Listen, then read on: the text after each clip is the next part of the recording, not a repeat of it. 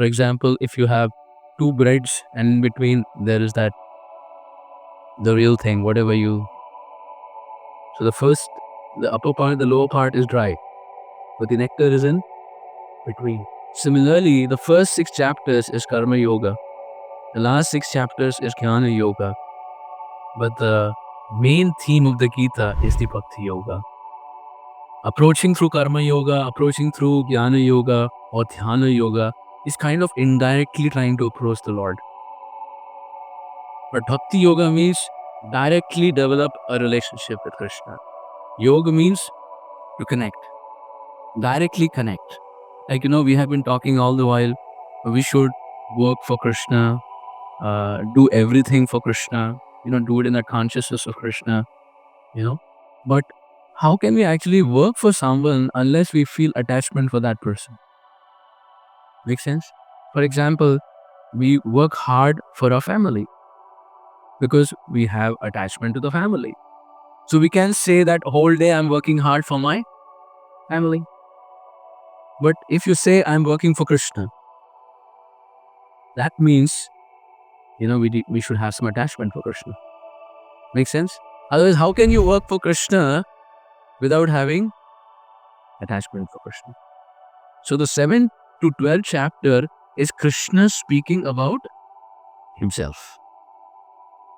You cannot know somebody without them telling about themselves. Make sense?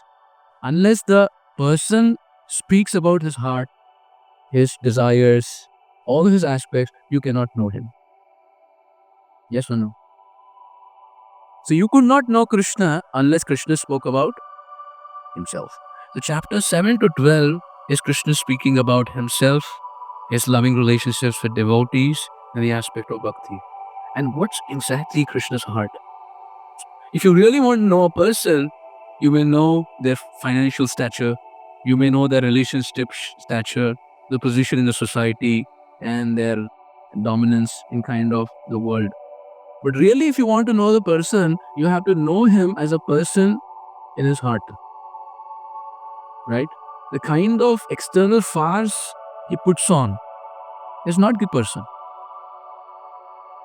The person has emotions, he has his likings, dislikings, he is heartful about some things. That's when you actually know a person. So Krishna in these chapters is going to speak about himself in every way. Right? So that's why this is like directly getting to know Krishna. And the more you know about a person, the more you actually relate with him. Yes? So we're going to become more and more conscious, of Krishna in all the aspects. Like we say, Krishna is omnipresent, omnipotent, omniscient. This is like having like a big black box understanding of God, right? But not on a personal way. So this chapters are going to explore that. So 57 is knowledge of the absolute. Absolute means Krishna. It's knowledge about Krishna. All right.